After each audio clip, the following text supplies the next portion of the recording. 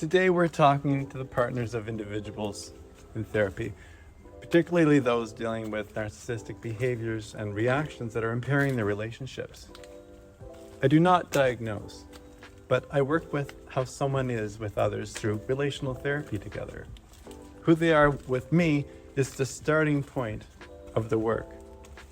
Some of my clients are diagnosed with NPD before they come to me, and some come in with self-diagnosis, usually in a state of being alone in the world, or alone emotionally with tattered relationships.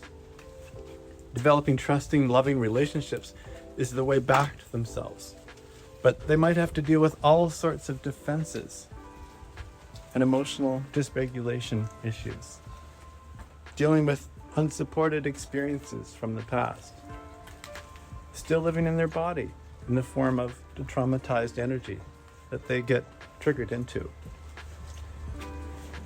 Your loved one is on a journey of self-discovery, and your role is crucial in creating a more connected, closer relationship. I want to be clear that supporting your partner is not supporting the dysfunctional behavior that has had negative impact. That will take intentional boundaries. It's not okay for you to be an emotional punching bag. Let's explore how you can navigate this process together. Firstly, understanding attachment. Let's view your relationship through an attachment lens. Our family dynamics shape us profoundly. As children, we learn to regulate our emotions through our caregivers. The way they mirror us influences our sense of self. If validation is lacking, it can lead to a deep sense of separation, impacting attachment. Look, mommy, from a child needs to be met with, wonderful, dear. Positive information so the child knows that yes, they are good. And they look good, and they are good enough.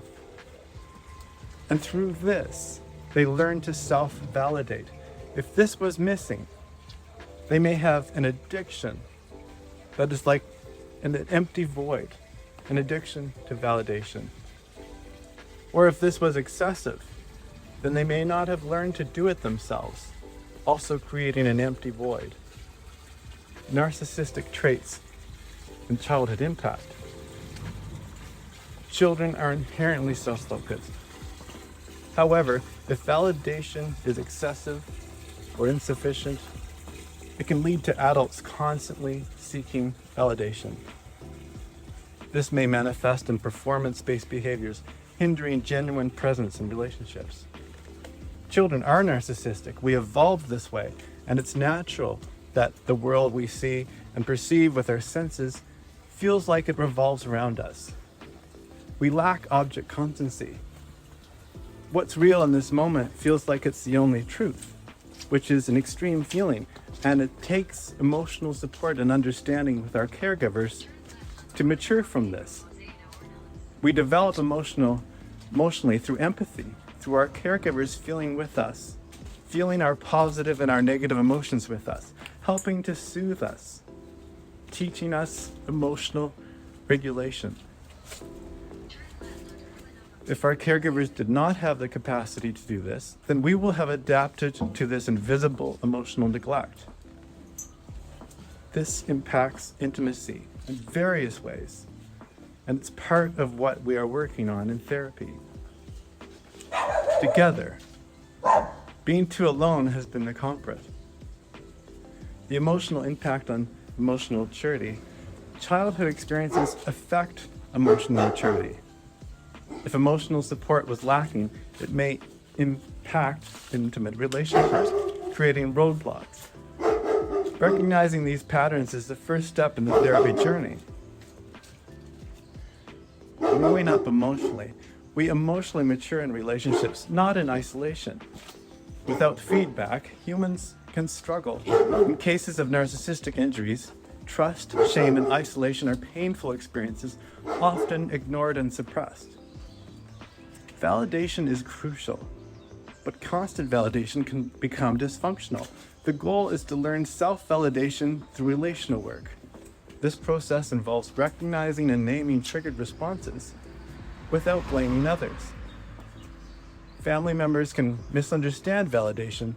Validation, in fact, is important, and we do all need some validation.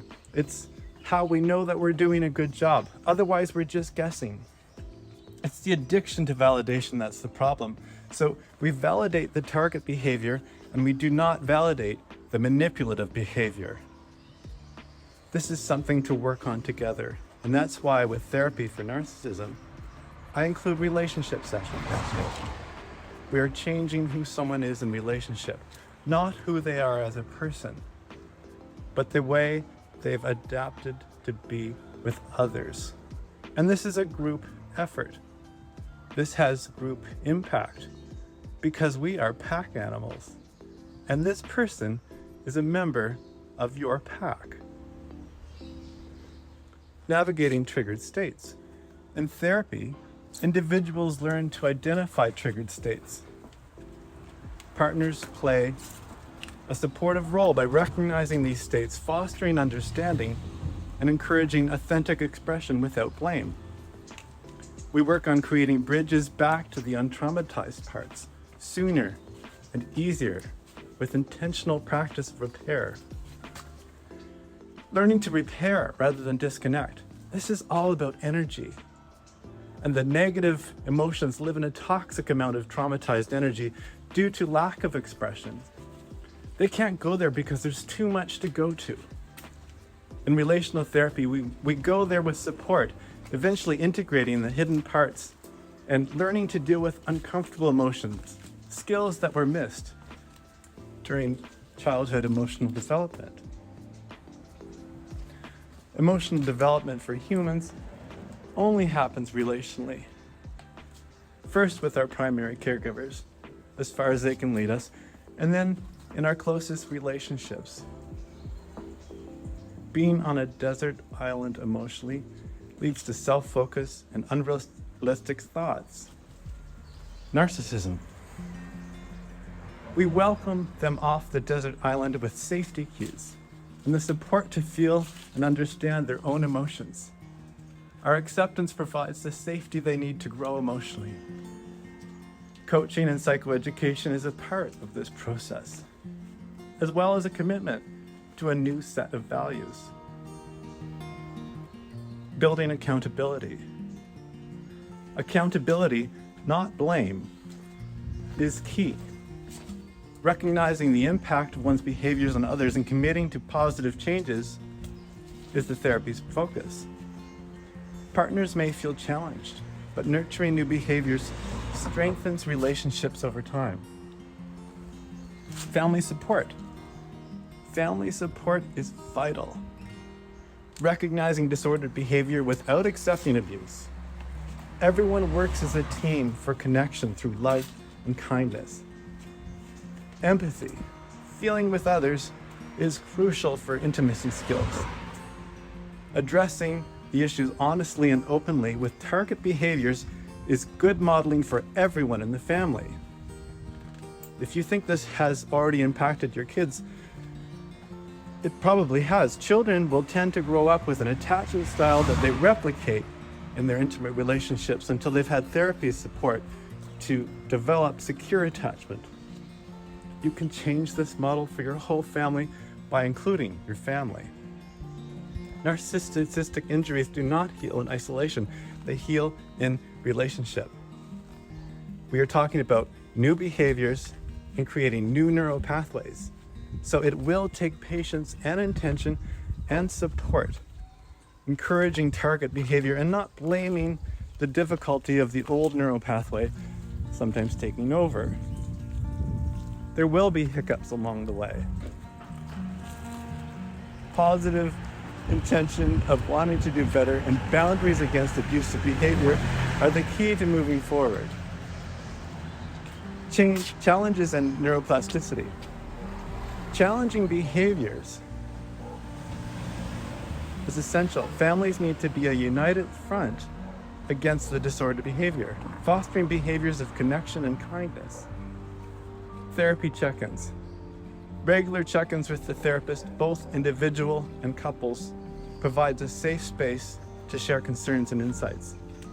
This process supports openness, vulnerability, and authenticity. As your loved one progresses in therapy, remember that this is a shared journey. Your understanding and support contributes to the healing process. We are dealing with childhood emotional processes that grow up in relationship. Individualistic focus therapy can accidentally support the separation of narcissism. So whatever individual therapies are chosen, they need to have in mind field theory. I don't diagnose, but I do treat this as relational complex PTSD. When the human needs of love, belonging, and freedom to be who you are not met safely, the adaptations to survive in this state are disordered and impair relationships. We are supporting the growth into emotional maturity of stuck narcissistic patterns. Together, you can build a healthier, more connected relationship. Thank you for being a part of this essential journey. I want to acknowledge that you should not stay in an emotionally abusive relationship. If your family member is not able to stop their emotionally abusive behavior, then you need boundaries to protect yourself because it has an impact on your mood and on your mental well-being as well. You matter, and how you feel matters. This is about learning to be on the same team and supporting each other emotionally, and no one is anyone's emotional punching bag. You have a responsibility to yourself to live your best life. And that means cultivating close and connected, loving relationships. Sharing joy and feeling with others as we were meant to do through good times and dark times. Not being alone in our experience. Welcome to Therapy for Humans.